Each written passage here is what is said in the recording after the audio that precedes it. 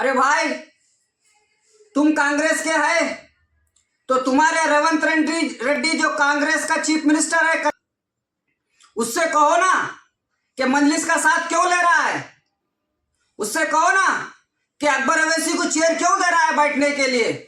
उससे कहो ना, दम है तो मजलिस की मुखालिफत करके दिखाए। अरे सियासत मजलिस इत्तेहादुल मुस्लिमीन के घर की लौंडी है। हर इख्तिदार में आने वाला तेलंगाना में मजलिस के चौखट पे आना पड़ेगा और अपने मजलिसियों की बात सुनना पड़ेगा और मजलिस इत्तेहादुल मुस्लिमीन के साए में उसको इख्तिदार चलाना होगा। वरना उसको मालूम है तेलंगाना की हर सरकार को, चाहे टीआरएस हो कांग्रेस हो, अगर मजलिस से बगावत कर लेंगे तो सत्ता से हाथ धोना पड़ेगा। ये सियासी हिकमत अमली है। तुम जैसे गवैयों को यह बात समझ में नहीं आएगी।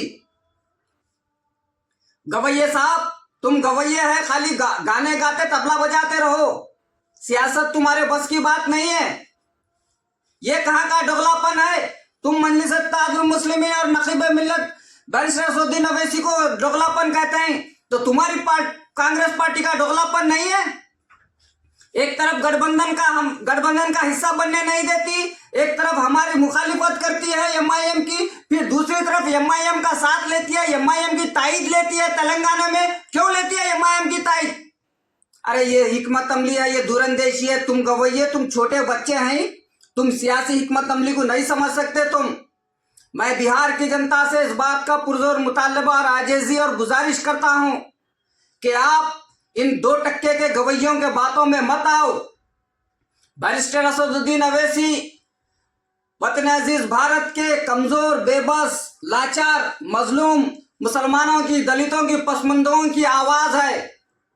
आने वाला मुस्तकबिल मजलिस इत्तेहादुल मुस्लिमीन का है। तुम ये बात जहन में रख लो। आज 18 साल से 30 साल का हर नौजवान मजलिस का परचम तले है।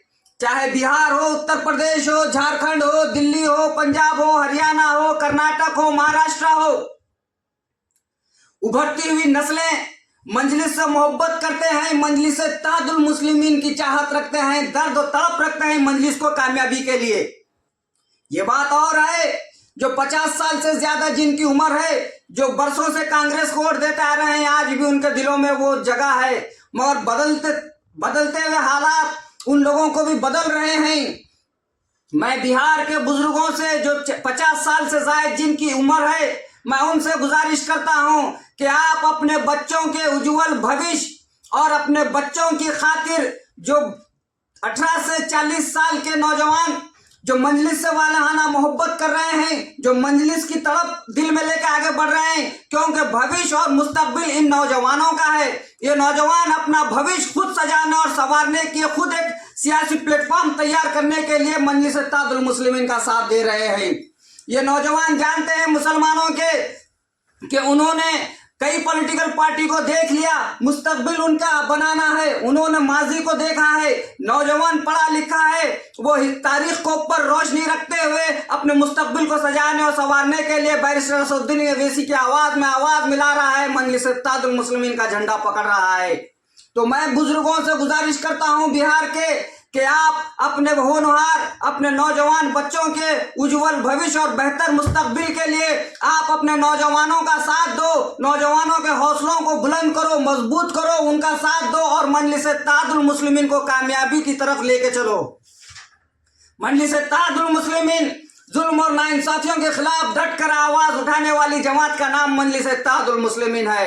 मजलिस इत्तेहादुल मुस्लिमीन एक सेकुलर जमात है। लोग उसको ऊपर फिरका परस्ती का टैग लगाते हैं, कुछ नहीं समझ में आया तो उसको फिरका परस्त कहते हैं। इनको नाच ना आए तो अंगन टेढ़ा। इनके पास कोई सियासी हिकमत अमली नहीं है, कोई डेवलपमेंट का काम नहीं है। अरे मेरे भाई, एक घर में 4 भाई रहते हैं तो हक चारों को बराबर मिलना चाहिए। 3 को मिलता है, 1 को हक नहीं मिलता है। तो ये अगर मुसलमान अपनी सियासी ताकत पैदा करना चाह रहा है, अगर मुसलमान एक सियासी प्लेटफॉर्म के तहत आकर जमा होकर अपने हक और हुकूक हासिल करने की जुस्तजू और कोशिशें कर रहा है, तो इसमें गलत क्या है? हाँ, अरे बिहारी है तो उसका लीडर है, उसकी जमात है, यादव है तो उसके लीडर है, उसकी जमात है।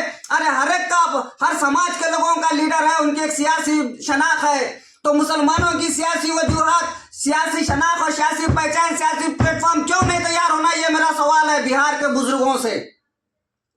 आज हालात को मद्देनजर रखते हुए ये दो कौड़ी के, दो टक्के के गवैयों के बातों में ना आओ। अपने नौजवानों को बेहतर मुस्तकबिल और तरक्की और कामयाबी के लिए हुकूमतों के अंदर अपनी जो है ना जगह बनाने के लिए, अपने हक और हुकूक की आवाज बुलंद करने के लिए आप मजलिस इत्तेहादुल मुस्लिमीन को भारी अक्सर से कामयाब बनाइए।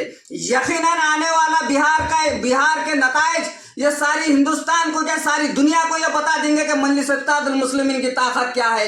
आज मैं बिदर कर्नाटक में बैठकर बिहार के इंतखाबात के ऊपर मेरी निगाहें हैं। मैं देख रहा हूं कि हर नौजवान, हर 18 साल से 40 साल का नौजवान मजलिस से वालेहाना मोहब्बत कर रहा है। हर मीडिया के सामने खुलकर जवाब दे रहा है कि भविष्य हमारा है, मुस्तकबिल हमारा है, हम मजलिस को जो है एक सियासी ताकत देंगे और हुकूमत के अंदर मजलिस की हिस्सेदारी और भागीदारी रखेंगे। और जो सुना मजलिस इत्तेहादुल मुस्लिमीन के बगैर बिहार में सरकार नहीं बन सकती, ये दावा, ये वादा कर रहा है। और इंशाअल्लाह आने वाले नताइज आपको बताएंगे कि बिहार के अंदर मजलिस के बगैर कोई सरकार अपने पैरों पर नहीं खड़ी हो सकेगी, क्योंकि मजलिस एक सियासी ताकत रखती है, मजलिस के अंदर सियासी बेदारी है, मजलिस के अंदर एक सियासी तवन्नाई और बेहतरीन जो है सुना प्लानिंग है, स्ट्रेटेजी है। वक्त के हुकूमतों और हुक्मरानों को किस तरह अपने इशारों पर नचाने का फन मजलिस इत्तेहादुल मुस्लिमीन जानती है।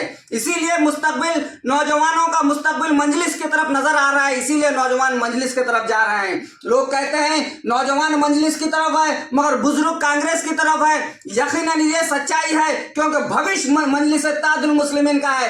आने वाले दिनों में वतन अजीज भारत के अंदर अगर भारत की सरकार भी बनेगी तो मजलिस के इशारों पे बनेगी, मजलिस के ताकत पे बनेगी। मजलिस के बगैर हिंदुस्तान का वजीर आजम भी तय नहीं होगा।